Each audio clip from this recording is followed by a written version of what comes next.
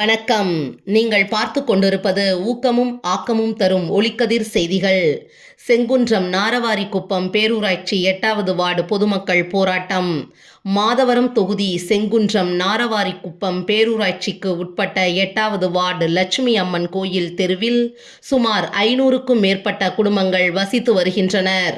அதில் சுமார் 1000த்திற்கும் மேற்பட்ட மக்கள் வாழ்கின்றனர். இங்கு 2 நவீன அரிசி ஆலைகள் இயங்கி வருகிறது. மேற்கொண்டு இந்த அரிசி ஆலைகளிலிருந்து வெளியேறும் சாம்பல் உள்ளிட்ட தூசி படலத்தால் பெருமளவில் சுகாதார சீர்கேடு ஏற்படுகிறது.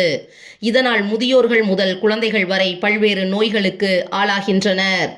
மேலும் இந்த அரிசி ஆலைக்கு வரும் கனரக வாகனங்களால் பல்வேறு இடையூறுகள் ஏற்படுகின்றன. அதேபோல் அருள்மிகு லட்சுமி அம்மன் கோயிலுக்கு வரும் பக்தர்கள் மிகவும் அஞ்சி ஆலயத்திற்கு வருகின்றனர். எனவே அரிசி ஆலையிலிருந்து வெளியேறும் தூசி பரவுவதை தடுக்க வேண்டி அப்பகுதி மக்கள் போராட்டத்தில் ஈடுபட்டனர். தகவல் அறிந்து செங்குன்றம் காவல்துறையினர் விரைந்து வந்து பொதுமக்களிடம் சமாதானம் பேசியதுடன் சம்பந்தப்பட்ட அரிசி ஆலை உரிமையாளர்கள் மேலாளரை அழைத்து காவல் நிலையத்தில் விசாரித்து இந்த பகுதியில் பொதுமக்களுக்கு ஏற்படும் சுகாதார சீர்கேட்டை குறிப்பிட்டு வருவாய்த்துறையினருக்கு தகவல் தெரிவித்து உடனடி நடவடிக்கை எடுக்க வலியுறுத்தினர்.